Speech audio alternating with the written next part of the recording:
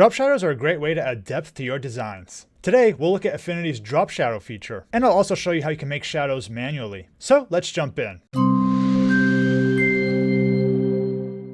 What's up guys, it's Trent, and today we'll be looking at how to add shadows to objects in Affinity programs. I'll be using Affinity Designer, but these methods work in all the Affinity programs, including Affinity Photo and Affinity Publisher. So let's look at some basic methods first, and then later we'll look at some advanced techniques. I created some objects here to experiment with, and let's start with this gear shape here on the left. Now this is just one of Affinity's standard objects here. I created it through the object menu over here. You can see there's a cog tool, that's what I created. And what I'm going to do is I'm going to select this object. And then to add a shadow to it, all I have to do is click the FX button down here, Layer FX. So I'll click that. And now what you want to do is enable this outer shadow option. So I'll click the checkbox, and then make sure you actually click the name so you're selecting it, outer shadow. I often forget to do that and it kind of screws me up. So make sure you click this. Now by default, you may notice that nothing is actually happening. What you need to do first is increase the radius here. So this is the slider here. I'll drag it. And as I drag it, you can see the shadows starting to appear here. Something else I can do is adjust the intensity to make it sharper at the edges. So I'll do that.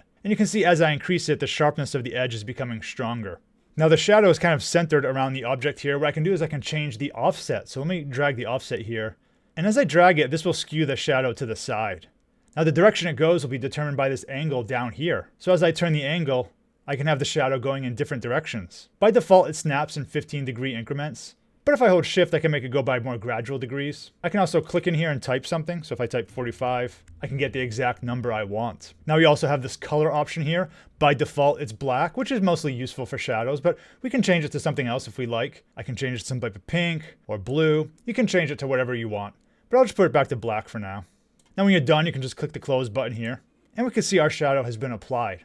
Now if you want to change the shadow or even remove it, click on your object again, then click on the FX icon right here. And I'll bring up your options again here. And you can change the shadow how you like, or you can just uncheck this box to completely remove it. If I click close, now the shadow is gone again.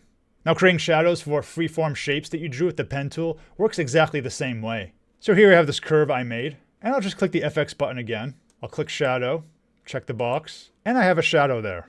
Now you may have noticed this checkbox here that says Fill Knocks Out Shadow. So the question is, what does that do? Well, it determines how the shadow appears when your object is fully transparent. And the transparency is controlled by this slider here, Fill Opacity.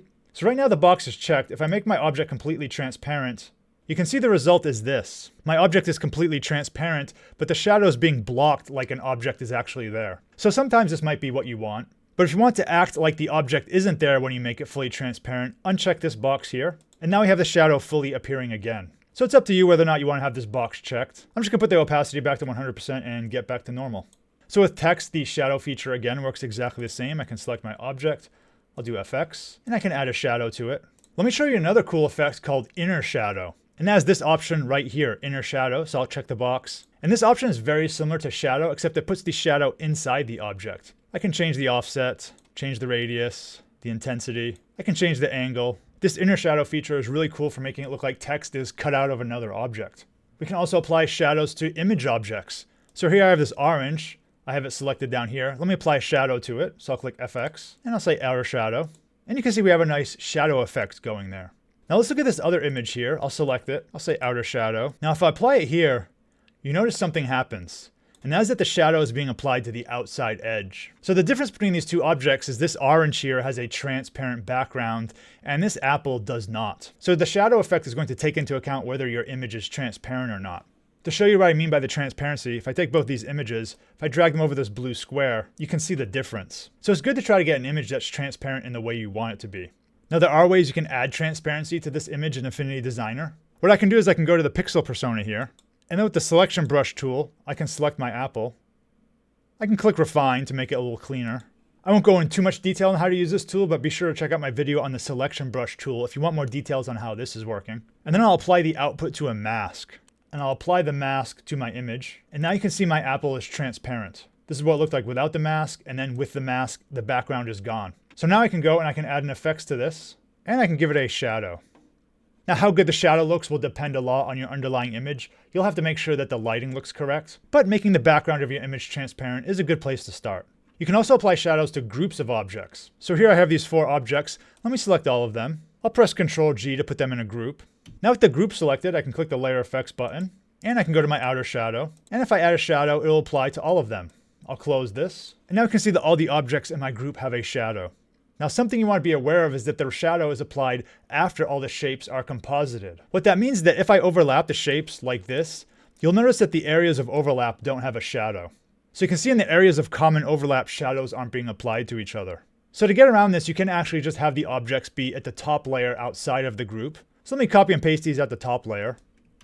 So I pasted the objects outside here. What you can do is select all the objects here, and then you can apply the FX to them all at once. So I'll click FX. I'll apply the outer shadow. I'll close it. And in this example, you can see that the shadows are actually being cast on each other. So in the group, the shadow is being applied to the outline of all the objects grouped together. And on the right, they're just individual shadows on individual objects, but we applied them all at the same time. Let's look at a method for manually making shadows. Sometimes you have custom shapes and you want the shadow to appear a little bit different than just the outline of your object. So let's understand how we could actually do that.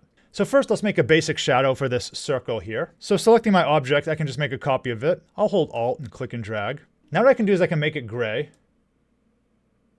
So what I'm going to do is I'm going to apply a blur to this, and that's an effects like we've seen before. I'll click on the FX button here, Layer Effects. And the Gaussian blur one is this bottom option here. I'll check the box, and then I want to increase the radius.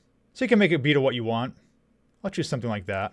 I'll click Close. And then I want to put my ellipse under my circle here, and I'll move it literally under the circle. And we have a shadow. But let's test this against a background that's not white and see what it actually looks like.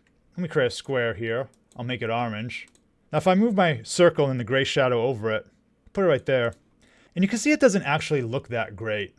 To make it look better, what we want to do is change the blend mode of our shadow. Right now it's just a blurry gray circle. What I'll do is I'll select my ellipse here, and I'll change the blend mode to multiply.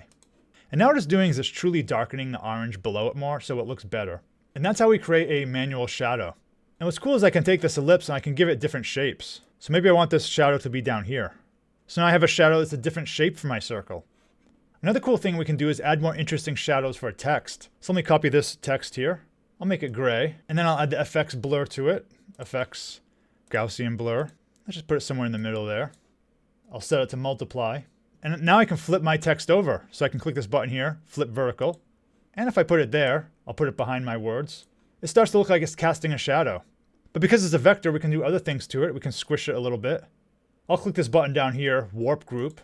I'll add a perspective warp to it. And with the warp group selected for my shadow, I can actually skew my shadow sideways. Or I can make it look like that. So this is a good example of creating a manual shadow to create a text effect. Just remember that the two key ingredients for creating your own shadow are blurring the shape and setting it to the multiply blend mode. In addition to shadows, you can also add a glow effect to your objects. My next video will be on that subject, so be sure to subscribe if you want to be notified when that comes out. And of course, if you have any questions on shadows, feel free to leave a comment below. Thanks for watching, and see you in the next video.